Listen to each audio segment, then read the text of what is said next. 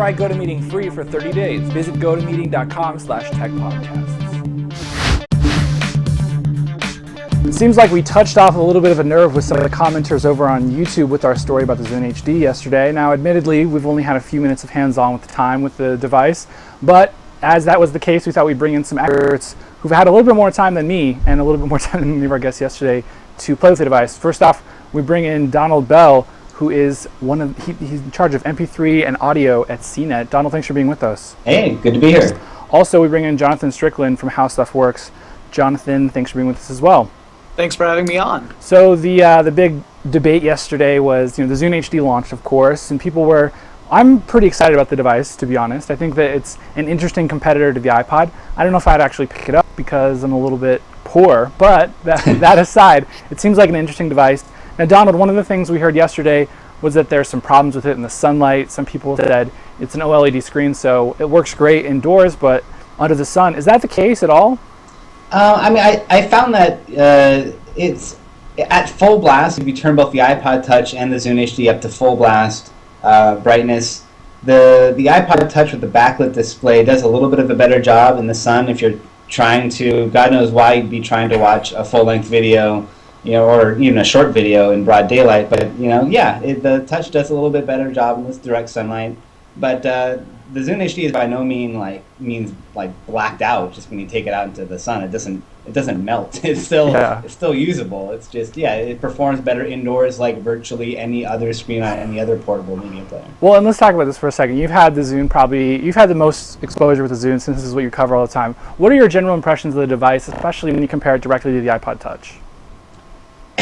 It's one of those things where with all the other reviewers that I deal with here, everyone deals with a category where there's multiple competitors in the field, and so they don't get questions like this. It's that there would even be a competitor to the iPod seems so absurd, but that's just kind of my category. But I'm excited that there's a competitor, and that the Zune this is probably the best approach the Zune has had to take on the iPod since its conception. So it's the best Zune yet.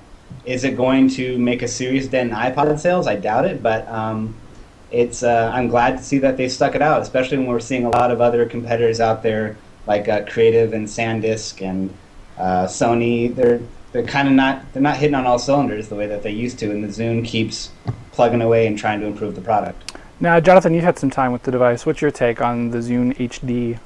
I think it's interesting. Microsoft seems to have taken an approach where they're looking at the MP3 player as an extension of the personal media player. I mean, that's really what the Zune HD is. It's an evolution of the personal media player. I would argue that the iPod Touch is like dumbing down a smartphone.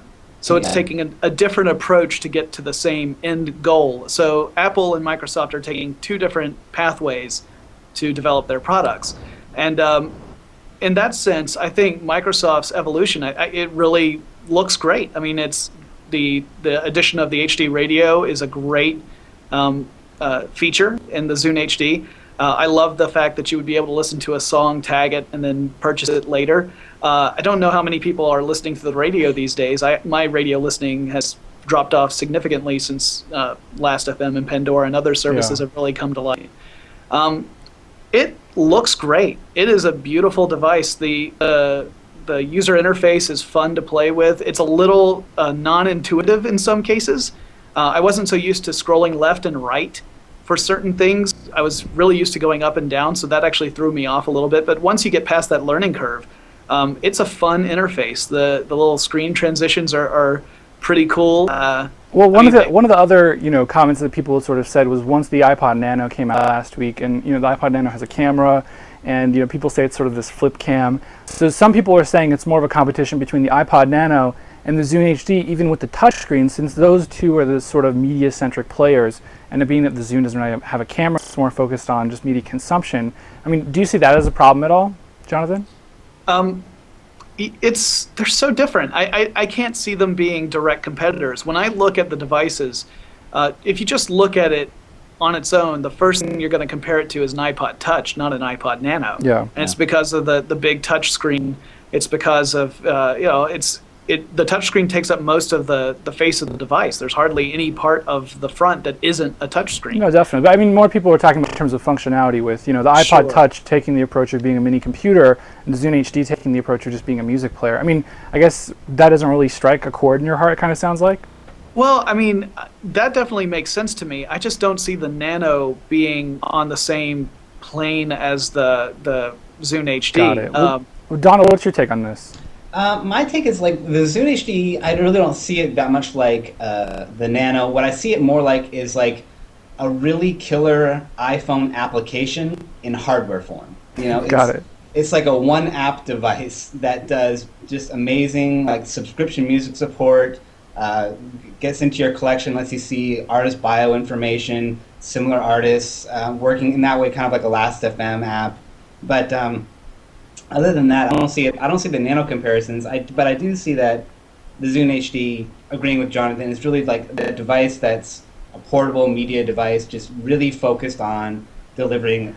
Excuse me, delivering just like a quality music experience for people like big music fans who want to play an artist, see other similar artists, and then jump right into like the marketplace and stream more artists like that, and have that be like a seamless thing. Well, since you brought up the app, it's a one-app device, let's talk about this. So we've heard that there's an XNA studio out to develop games for it. We've also heard that there's not going to be an app store, mainly because Microsoft didn't want to develop one. Their marketing guy told Engadget this, whatever. It's a very confusing situation at this point, whether there's actually going to be a lot of app support. And Donald, I mean, I'm not expecting there to be a lot of app support simply because there's Windows Mobile and there's other more, broadly installed devices. So Microsoft really isn't as concerned with that. But do you have, where do you think the trail leads for these app stores?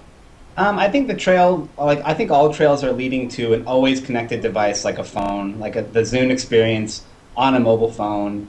I think it makes a lot of sense, especially with, all the advantages of the Zune integration with the marketplace store and the subscription music downloads and streaming music. So many of those things work better when the device is just always connected and you don't have to find a cafe. Well, like Flickr, Facebook, Twitter. I guess Twitter and Facebook are the two that Microsoft has said that they're jointly developing. I mean, those aren't exactly, use them on a Wi-Fi hotspot. I don't know, Jonathan, if Microsoft is tightly controlling the App Store, and they're not going to be, distributing the SDK wide, or if they are, they're not going to be allowing apps to be in this App Store on a wide basis, maybe on a limited basis. Does Microsoft need to get that app situation in order for this to be a successful device, or can they just say this is a music player? We don't need a billion applications, like this is for listening to music, and be okay? They can say that. I don't know that that's going to make it a successful device in the sense of widespread adoption. I really think that there are people who are going to love the Zune HD. It's a great device. It does what it does really well.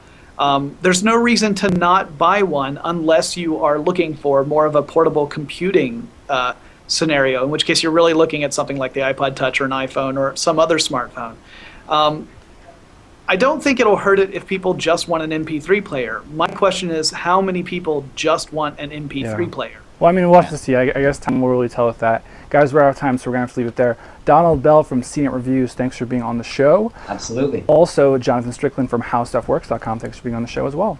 Always a pleasure. I'm Randall Anna, and don't forget, you can catch us on iTunes, we're on YouTube. We're in the Zune Marketplace, I believe, so check us out there, let us know how we look. And check us out live on Ustream every day. You can follow us at TechBeatLive on Twitter, or you can check out my Twitter feed at Randall B. And we also have links to everyone else's Twitter feed who's on the show at techbee.com, so check us out there. See ya.